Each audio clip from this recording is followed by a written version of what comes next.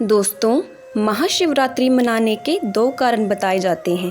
पहला यह कि इस दिन भगवान शंकर की शादी हुई थी और दूसरा यह कि ईशान संहिता में बताया गया है कि फाल्गुन मास की कृष्ण चतुर्दशी की रात्रि में आदिदेव भगवान शिव करोड़ों सूर्यों के समान प्रभाव वाले ज्योतिर्लिंग रूप में प्रकट हुए थे। जहाँ तक विवाह की बात है तो पुराणों में विष्णु लक्ष्मी विवाह, गणेश का रिद्धि सिद्धि विवाह, राम सीता विवाह और रुक्मिणी कृष्ण विवाह के साथ ही शिव पार्वती के विवाह की भी खूब चर्चा होती है। तो आइए जानते हैं भगवान शिव और माता पार्वती के विवाह के बारे में कुछ रोचक बातें। फ्रेंड्स, वीडियो शुरू करने से पहले प्लीज़ हमारे चैनल को लाइक और सब्सक्राइब ज़रूर करें।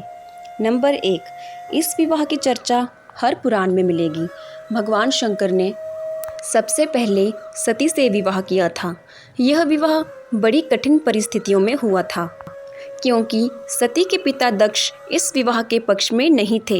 हालांकि उन्होंने अपने पिता ब्रह्मा के कहने पर सती का विवाह भगवान शिव से कर दिया।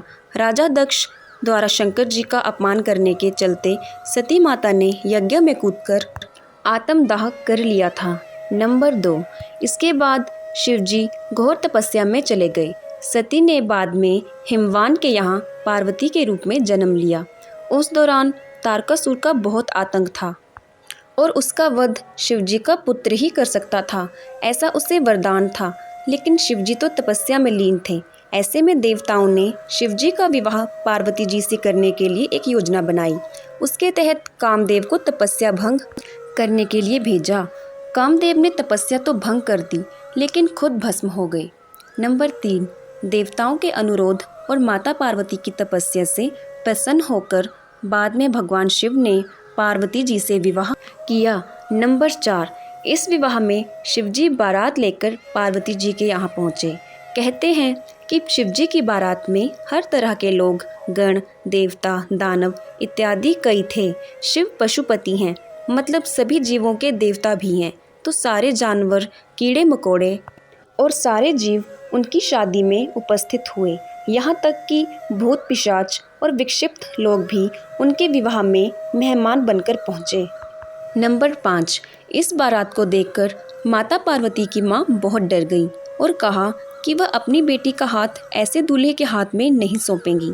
माता पार्वती ने स्थिति को बिगड़ते देखकर शिवजी से कहा कि वे हमारे रीति रिवाजों के अनुसार तैयार होकर आएं। इसके बाद शिवजी को दैवीय जल से नहलाकर पुष्पों से तैयार किया गया और उसके बाद ही उनकी शादी हुई। नंबर 6, विवाह के दौरान वर वधू दोनों की वंशावली घोषित की जानी थी। एक राजा के लिए उसकी वंशावली सबसे अहम चीज़ होती है, जो उसके जीवन का गौरव होता है। तो पार्वती की वंशावली का बखान खूब धूमधाम से किया गया।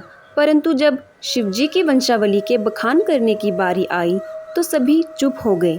बाद में नारद जी ने बात को संभाला और शिवजी के गुणों का बखान किया और इस प्रकार से विवाह संपन्न हुआ। धन्यवाद। दोस्तों, अगर आपको ये वीडियो अच्छी लगी हो तो प्लीज़ हमारे चैनल को लाइक, शेयर और सब्सक्राइब ज़रूर करें।